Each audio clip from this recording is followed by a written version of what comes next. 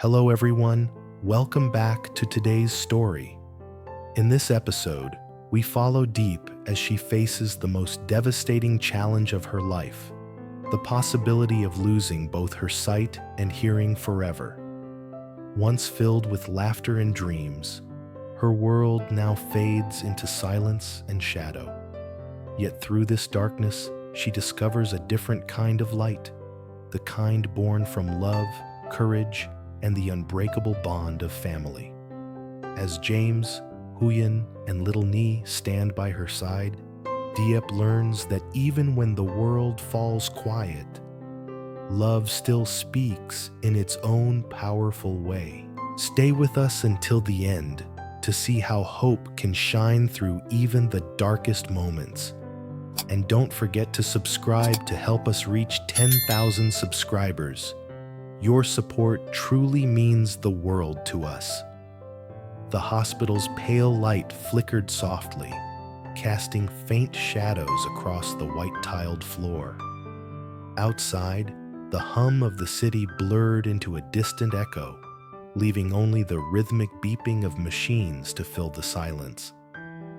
Diep sat propped against her pillows, her frail fingers tracing the edge of the blanket as she tried to focus on the sound of footsteps approaching.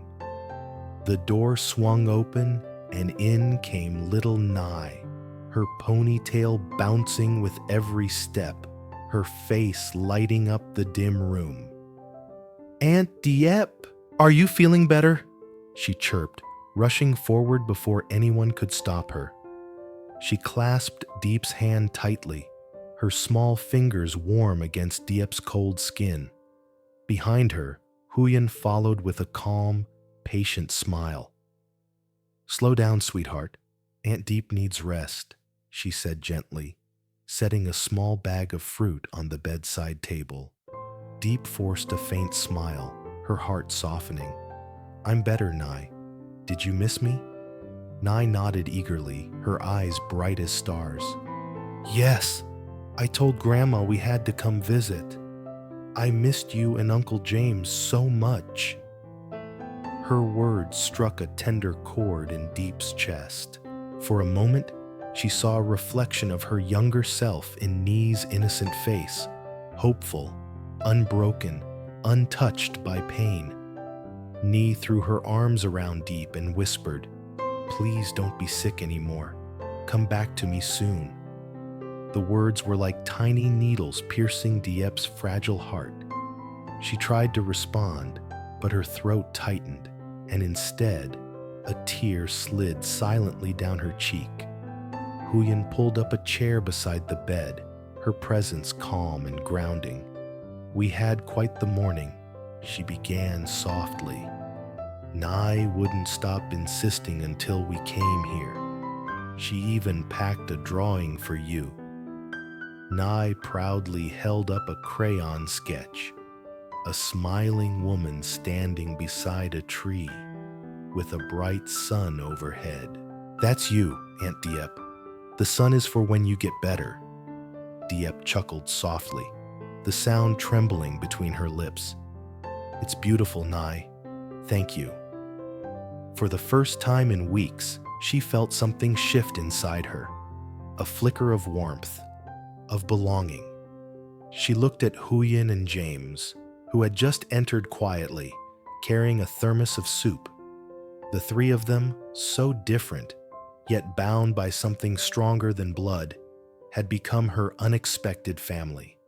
James handed her the soup with a soft smile.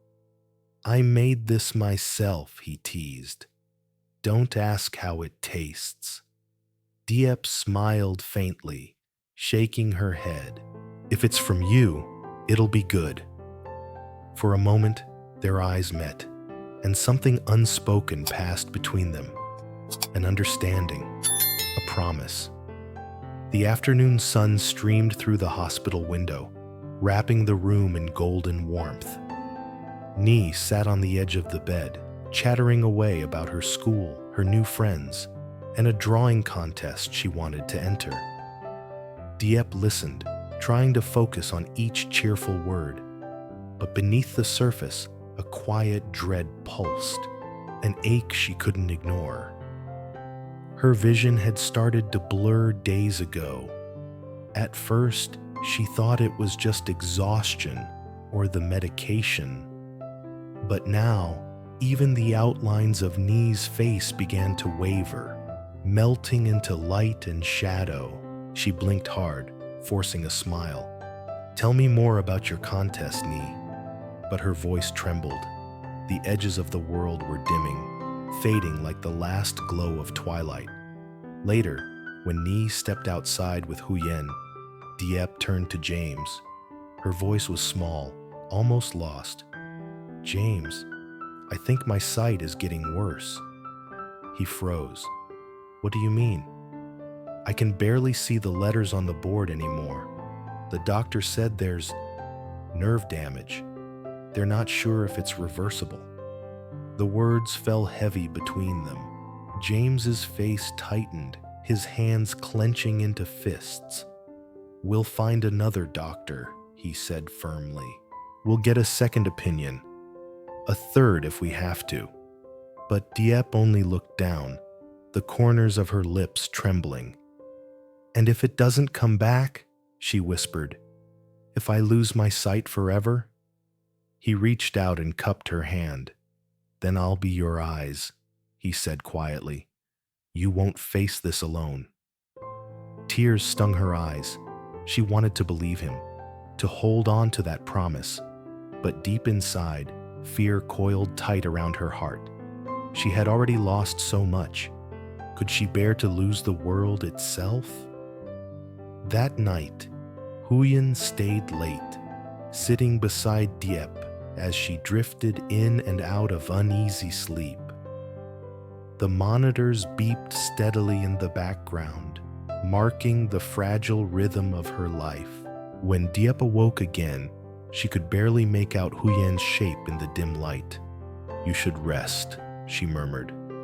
Huyen smiled, her voice steady. "I will. But I wanted to tell you something first." She paused, her gaze gentle but strong. "When I was your age, I lost my hearing for almost a year after an accident. It felt like the world had turned its back on me. But it came back. Not all at once, but slowly. Hope isn't something you see, Diep. It's something you hold." Diep's breath hitched. "But what if mine doesn't come back?" "Then you'll find new ways to live," Huyen said softly. "You have James, Nai, and me. You have love. And that's louder, brighter, and stronger than anything this illness can take." Her words sank deep, wrapping Diep in a fragile sense of peace. The next morning, Diep tried to stand by herself. The nurse offered support, but she waved her off. "I can do it," she whispered. Her legs shook, her balance uncertain, but she managed a few steps toward the window. The light was harsh and blinding, yet she welcomed it, desperate to feel its warmth one more time. James entered just then, his voice full of quiet awe. "You're standing." Diep smiled faintly. "I want to see the sun rise while I still can." He hesitated, then moved beside her. Together they watched the first rays break through the clouds, streaks of pink and gold painting the sky. James took her hand. "No matter what happens, Diep, we'll face it together. Even if you can't see or hear me, I'll still be here. I'll never leave." The words struck deep, igniting something fierce and fragile within her. She wanted to live, to fight, to keep those faces, his, Nai's, Huyen's, etched in her mind for as long as her memory would allow. As the sun climbed higher, its light spilling over the sterile room, Diep closed her eyes and breathed it in. The scent of antiseptic mingled with something tender. Hope. The doctor's voices outside blurred together, fragments of words slipping through the door. nerve deterioration, risk of permanent loss, hearing complications. But Diep wasn't listening anymore.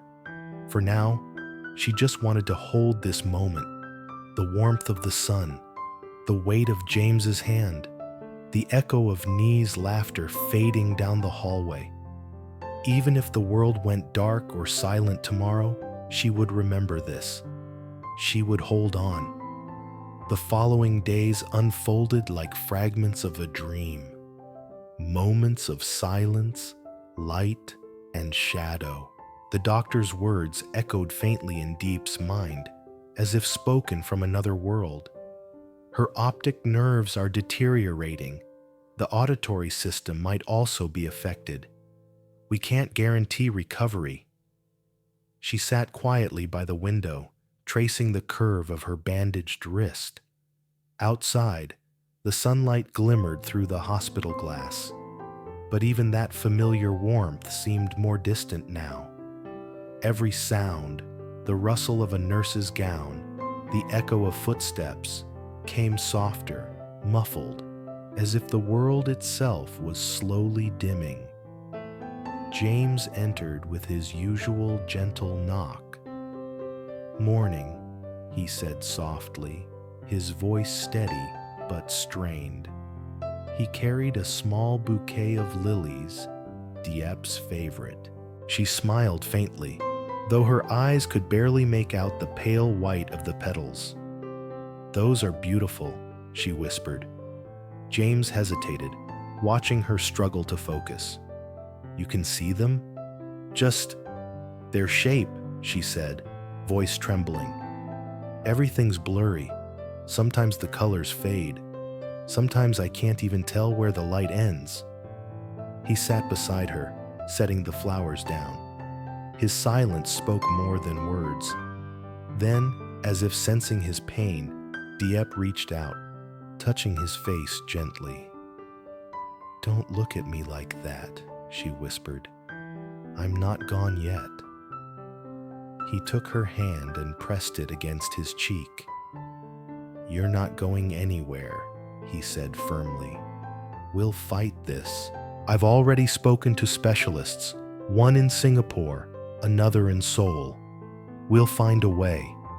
Her heart ached at his determination. "James," she murmured, "I don't want you to spend everything chasing a miracle that might never come." He met her fading gaze, eyes shining with unshaken resolve. "You're not a miracle I'm chasing, Diep. You're my life." Her lips quivered. The words lodged deep within her heart, both a promise and a weight she didn't know how to carry. That night, as the world outside the hospital faded into darkness, Diep lay awake. The machines hummed softly beside her, the steady rhythm of her heartbeat echoing in the quiet. Yet somewhere deep inside, an emptiness grew, the terrifying thought that she might wake one day and find the world completely silent and black. She imagined waking to nothing, no light, no sound, just the echo of her thoughts in endless darkness. The fear wrapped around her chest, squeezing tight until she couldn't breathe.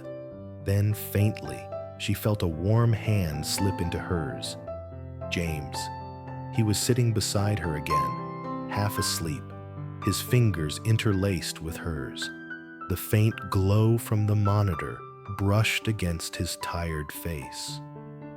For a long moment, Diep just watched him, her heart swelling with both gratitude and sorrow. "I'm scared," she whispered. He stirred, squeezing her hand. "I know," he said softly, "but you're not alone." Tears welled up in her eyes. "If I lose everything, sight, hearing, what will be left of me?" "You," he said firmly. "The woman who never gave up, the one who fought through every storm life threw her way." She closed her eyes, letting the tears fall silently. His words wrapped around her like a blanket, fragile but real. Days turned into weeks. Her hearing began to fade faster than anyone expected. Conversations became fragmented whispers, like echoes underwater. Nee's laughter, once the brightest sound in her world, now came as faint hums, soft and distant. Still, Nye never stopped visiting. She'd bring drawings every morning, sunflowers, houses, bright skies, and chatter on, unaware that Diep could barely hear her words anymore. Huyen noticed the change, but never mentioned it aloud. Instead, she gently adjusted her speech, leaning close so Diep could read her lips. "You're strong," she mouthed one afternoon, resting a comforting hand on Diep's shoulder. "Don't give up." Diep smiled, nodding faintly. She didn't have the heart to admit that her vision had almost completely gone now. By the end of the month, she lived mostly through touch.